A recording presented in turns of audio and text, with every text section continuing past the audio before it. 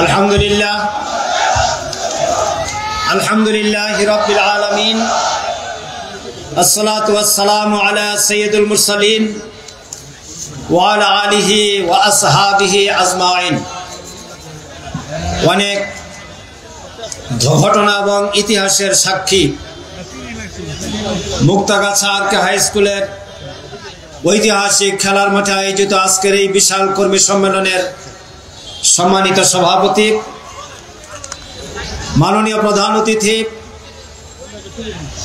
সাবেক সংসদ সদস্য, বাংলাদেশ জামাত ইসলামীর সংগ্রামী সেক্রেটারি জেনারেল, মজলুম জননেতা অধ্যাপক মিয়া গোলাম পরোয়ার, আজকের এই অনুষ্ঠানের সম্মানিত বিশেষ অতিথি, কারা নির্যাতিত মজলুম নেতা, আন্দোলন সংগ্রামের তীর্থকেন্দ্র ঢাকা মহানগরী দক্ষিণের সংগ্রামী আমির, কেন্দ্রীয় নির্বাহী পরিষদ সদস্য, ইসলামী ছাত্র শিবিরের সাবেক কেন্দ্রীয় সভাপতি জনাব নুরুল ইসলাম বুলবুল, সংগ্রামী জেলা আমির এবং ইসলামী ছাত্র শিবিরের সাবেক কেন্দ্রীয় সভাপতিবৃন্দ, আমন্ত্রিত অতিথিবৃন্দ, আজকের এই অনুষ্ঠানে মুক্তাগাছার সম্মানিত উলামায়ে কেরাম, অমুসলিম বন্ধুগণ, প্রিয় সাংবাদিক বন্ধুগণ, আমার শৈশব, বাল্য এবং কৈশোরের স্মৃতি বিজড়িত এই এলাকার সম্মানিত মুরব্বিয়ানে কেরাম, প্রিয় যুবক ভাইয়েরা, অন্যান্য বন্ধুগণ, আসসালামু আলাইকুম ওয়া রাহমাতুল্লাহি ওয়া বারাকাতুহু। আমি মহান আল্লাহর দরবারে শুকরিয়া আদায় করছি, যিনি এই শীতের মাঝে আমাদেরকে এখানে উপস্থিত হওয়ার তৌফিক দিয়েছেন। আমি কৃতজ্ঞতা জানাই আপনাদেরকে, যারা কুয়াশাচ্ছন্ন সকালে শীতকে অগ্রাহ্য করে ইসলামী আন্দোলনের ডাকে, জামাতের ডাকে সাড়া দিয়ে ময়দানে এসেছেন। আপনাদের সকলের প্রতি আমি আন্তরিক মোবারকবাদ এবং কৃতজ্ঞতা জানাই। আজকে আমাদের প্রধান আকর্ষণ, আমাদের নেতা এখানে উপস্থিত আছেন। আওয়ামী লীগ 15.5 বছর দেশ শাসন করেছে। আমাদের নেতা 7.5 বছর এই জালেমের কারাগারে বন্দী ছিলেন। এই মজলুম নেতা আজকে প্রাণ খুলে আপনাদের সামনে কথা বলবেন। এটা শহীদের ময়দান, এটা শহীদ মঞ্জুরুল কবিরের রক্তে রঞ্জিত ময়দান। এই ময়দান বৈষম্য বিরোধী আন্দোলনের শাহাদাত বরণকারী, বদুরবাড়ির মাটিতে চিরনিদ্রায় শায়িত ফ্যাসিস্ট সরকারের আক্রমণে শাহাদাত বরণকারী আমার প্রিয় ভাইয়ের রক্তে রঞ্জিত ময়দান। সুতরাং এখানে কোনো জুলুম নির্যাতন, এখানে কোনো অত্যাচার, এখানে কোনো বাড়াবাড়ির সুযোগ নেই। প্রিয় ভাই ও বন্ধুগণ, ইসলাম মানবতার মুক্তির একমাত্র আদর্শ। আমাদের নেতা বিশ্বনবী মুহাম্মদ সাল্লাল্লাহু আলাইহি ওয়াসাল্লাম, the unparalleled personality in the world, যিনি সমগ্র বিশ্বের সর্বকালের সর্বযুগের মহামানব, তিনি হলেন আমাদের নেতা। আমরা স্লোগান দিই, আমার নেতা তোমার নেতা বিশ্বনবী মুস্তাফা। আমাদের সংবিধান, we strongly believe that Quran is our constitution. কোরআনে যা বলা হয়েছে সেটাই আমাদের সংবিধান। এর বাইরে কোনো মুসলমানের, আল্লাহর প্রতি ঈমান আনা কোনো ব্যক্তির আর কোনো সংবিধান থাকতে পারে না।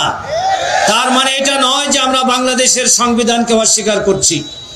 আমরা বাংলাদেশ পরিচালনার জন্য এই সংবিধান মানি, তবে আমাদের সংবিধান ও চাল কোরআন।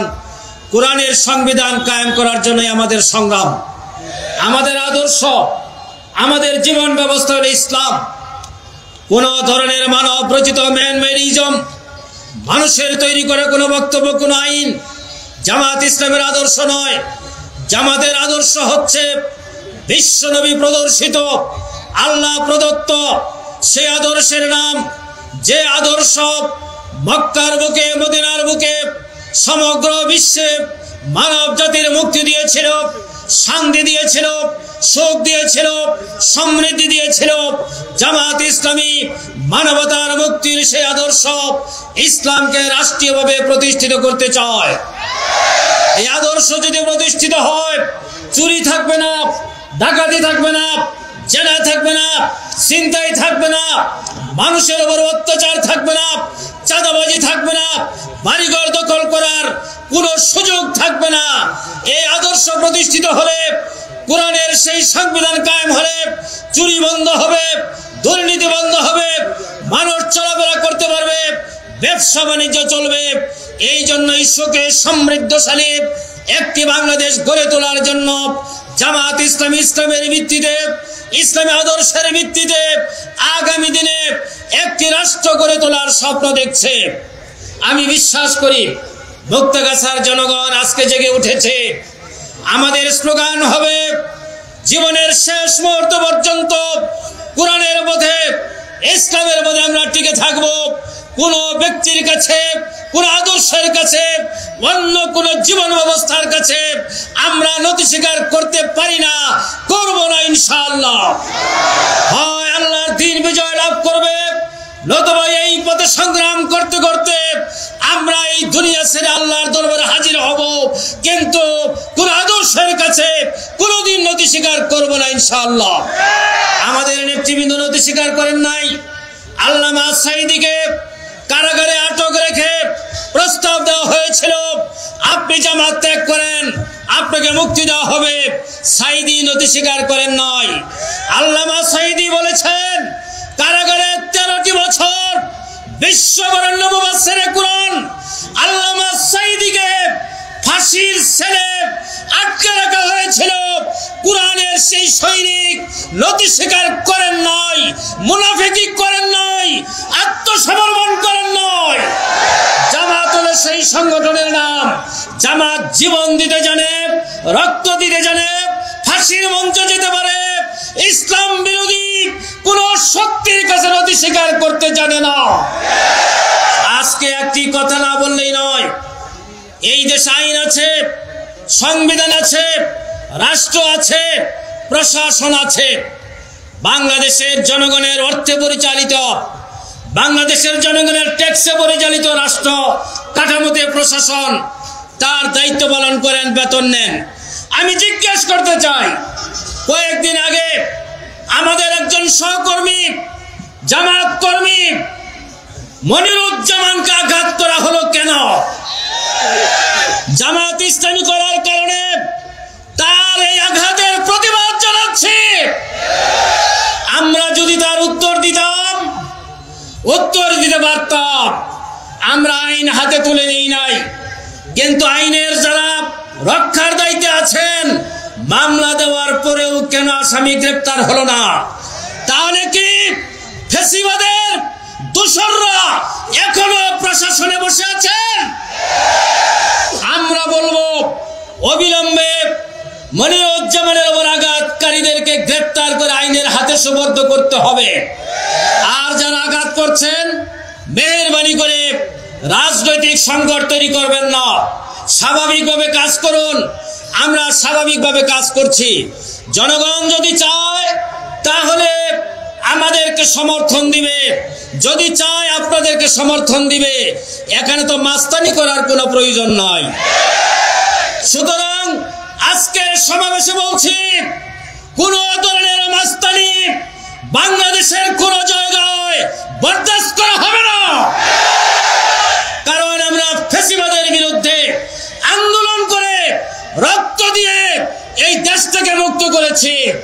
আরেকটি মাস্তানের হাতে আর কোন মাস্তানিকে গ্রাহ্য করার জন্য নয়। সংগ্রামী বন্ধুগণ, আমি আবারও মুক্তাগাছার মুসলিম বন্ধুদেরকে, সর্বস্তরের জনতাকে আমার কৃতজ্ঞতা মোবারকবাদ জানাই। সম্মানিত সেক্রেটারি জেনারেল প্রধান অতিথি বক্তব্য রাখবেন। আমরা শীতের কারণে এবং যেহেতু নামাজ, এই জন্য আমরা ওনার বক্তব্যের পরেই অনুষ্ঠান শেষ হবে। আপনাদের সবাইকে আমার পক্ষ থেকে আবারও শুভেচ্ছা জানিয়ে শেষ করছি। আসসালামু আলাইকুম ওয়া রাহমাতুল্লাহি ওয়া বারাকাতুহু।